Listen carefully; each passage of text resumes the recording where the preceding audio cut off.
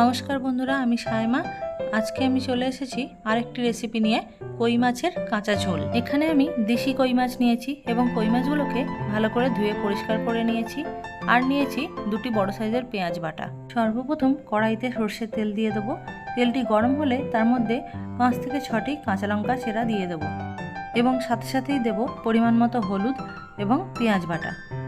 একটু নাড়াচাড়া করেই দিয়ে দেবো আদা রসুন বাটা এবং ততক্ষণ নাড়তে থাকবো যতক্ষণ না পেঁয়াজের রসটা শুকিয়ে আসে। মনে রাখবেন, এক্ষুনি আমরা লবণ দেব না। লবণ দিলে এক্ষুনি, যেহেতু পেঁয়াজটা বাটা, তার জন্য এর রসটা শুকনো হতে বা পেঁয়াজটা ভাজা ভাজা হতে আরও বেশি সময় লাগবে। পেঁয়াজটা আমাদের ভাজা ভাজা হয়ে গিয়েছে। এবারে আমরা এর মধ্যে দিয়ে দেবো পরিমাণ মতো লবণ, দিয়ে একটু নাড়াচাড়া করে দিয়ে দেবো জল, যেটা কিনা হবে আমাদের ঝোল। গরমের দিনে এইরকম হালকা পাতলা মাছের ঝোল দিয়ে এক থালা ভাত যে কেউ নিমিষেই খেয়ে নিতে পারবে।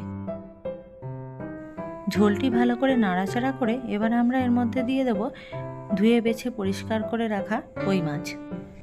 মাছগুলি দেওয়ার পরে আমরা অপেক্ষা করব যতক্ষণ না ঝোলটি ফুটে ওঠে। ঝোলটা ফুটে উঠেছে।